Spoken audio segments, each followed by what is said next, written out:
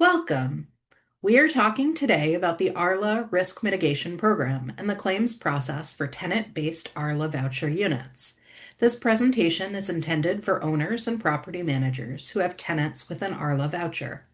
We'll discuss the purpose of the RMP, claim limits, what types of expenses are eligible to include in a claim, ineligible expenses, and how to access the program and submit a claim. I'm Liz Winchester, and my colleague is Miriam Elshaiji Hill, and we are part of the asset management team at Housing Development Center, or HDC. HDC administers the Risk Mitigation Program for the Regional Long-Term Rent Assistance Program, or RLA. HDC is a nonprofit consulting group that was founded in 1993, and we focus on affordable housing development, asset management, and policy and industry support. The RLA program is a partnership bringing together Clackamas, Multnomah, and Washington counties, their housing authorities, supportive service providers, and property owners who are working together to help reduce eligibility barriers and increase stability for those with the most barriers to housing. The inclusion of supportive services for all households is a critical component of the RLA program for households with tenant-based vouchers or for those living in a project-based RLA unit. The goal of the RLRA Risk Mitigation Program is to help increase housing opportunities for those in the program by allowing RLRA property owners to request reimbursement for excessive physical damage or operational loss in RLRA units. The RLRA RMP is intended both as a financial incentive or safety net for participating landlords, as well as an important eviction prevention tool for RLRA households. Now, I will hand it over to my colleague, Miriam, to talk more about the program and the RMP claims process. Thank you, Liz. So as Liz has mentioned, HDC administers the RLRA RMP for Clackamas, Multnomah, and Washington counties. HDC handles the claims, leads the RLRA RMP Advisory Committee, and plans training and events. The committee meets twice a year for a few hours each time, with the primary responsibility of reviewing and proposing changes to policies, with the three counties having final say on policy changes. A property owner who owns a unit with a project-based RLA located within the metro boundary of Clackamas, Multnomah, or Washington County, or renting a unit within the metro boundary to a household that has a tenant-based RLA voucher has access to the RLA RMP. Note that the RLA RMP program was designed to help keep tenants in their housing so they can file a claim for reimbursement in cases where the tenant is still living in the unit or in cases where the tenant is no longer there.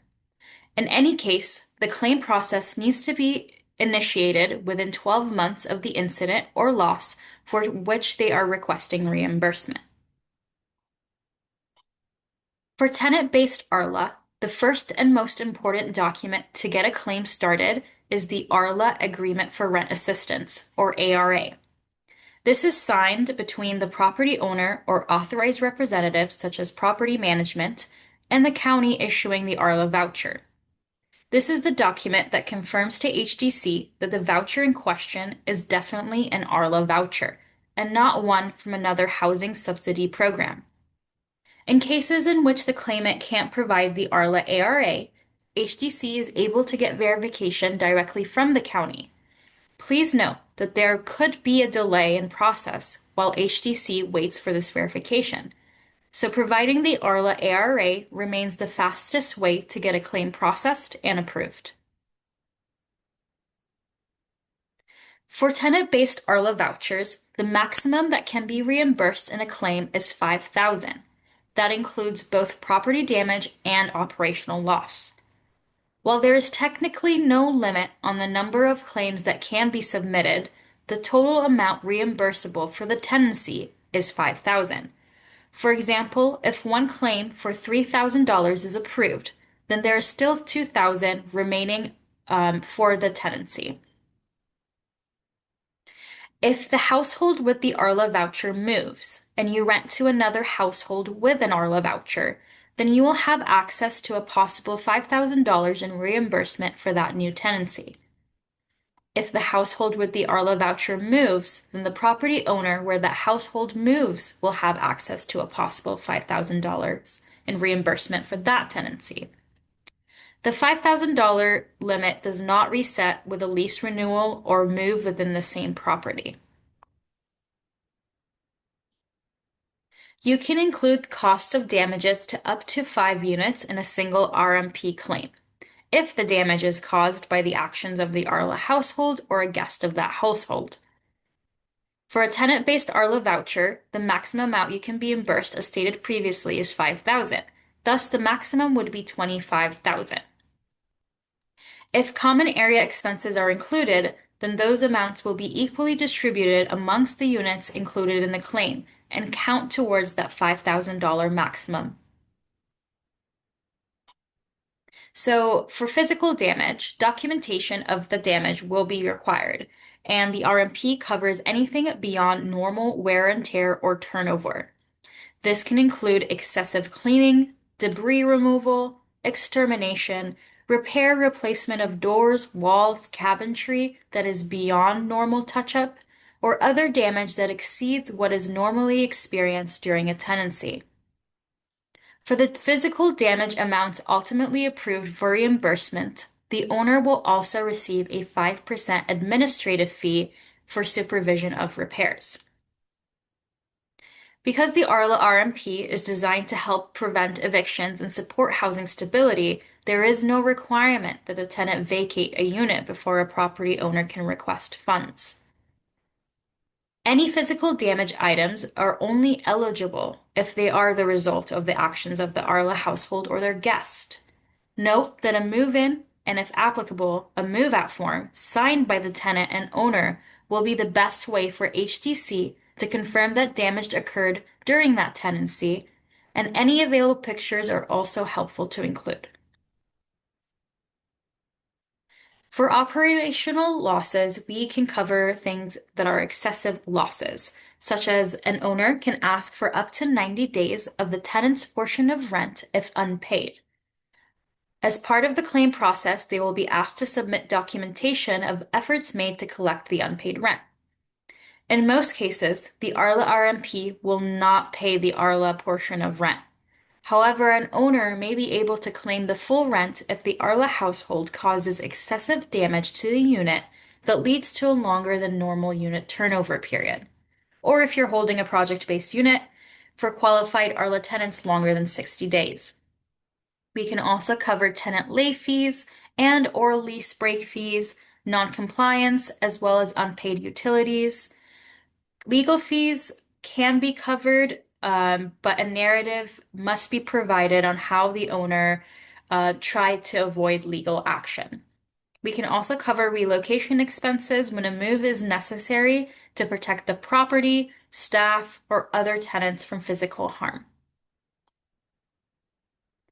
If an RLA RMP claim is approved, any amount paid to you must be subtracted from the amount owed by the household. While we acknowledge that other amounts might still be owed, you cannot continue to try to collect money from a household for damages or operational losses reimbursed by the RLA RMP. It is important to note that the households that receive rent assistance through the RLA program are not parties to the RLA RMP claim process. Payments by the RLA RMP for approved claims are not evidence that a specific individual or households are culpable for damage or loss covered by the claims. So what doesn't it cover? Any physical damage that would be considered normal wear and tear or turnover, such as minor carpet repair or cleaning or minor wall repair. Normal turnover painting costs, as well as damage within a unit not caused by the RLA household or their guest. Common area damage not caused by the RLA household or their guest, or for which an owner cannot provide evidence, such as a witness affidavit. And if a qualified incident results in damages to, for example, 7 units, only 5 will be able to be included in the claim. We cannot cover increases to your insurance premiums or costs of supportive services.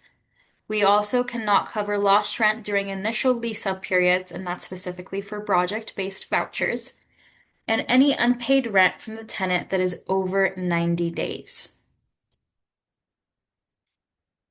At the link above, you can access our RLA RMP policies, our frequently asked questions, an Excel version of the claim form, as well as a web version of the claim form.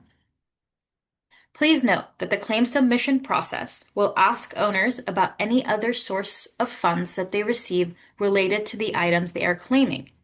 The claim review process will deduct any security deposit not already being used for other amounts owed, if the tenant has already left the unit.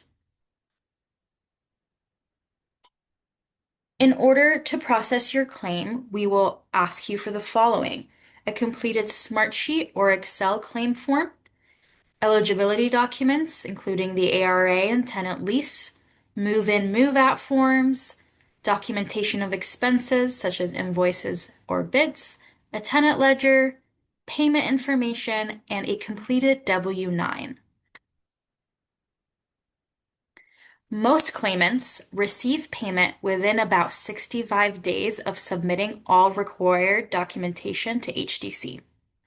The clock does not start until HDC receives all documentation. HDC then has 10 business days to approve or deny your claim. HDC bills your county for the amount of your approved claim after the next close of HDC's monthly billing cycle. The county is billed within the first 15 days of the month following the date your claim is approved.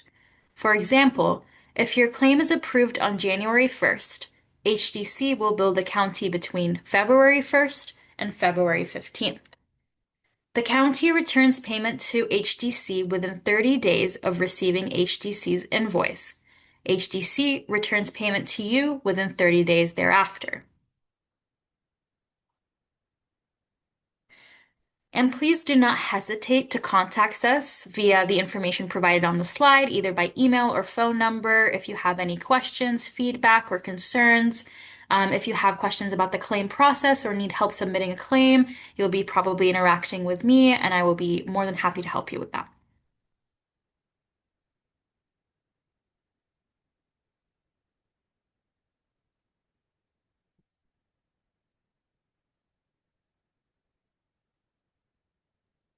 Thank you for your time.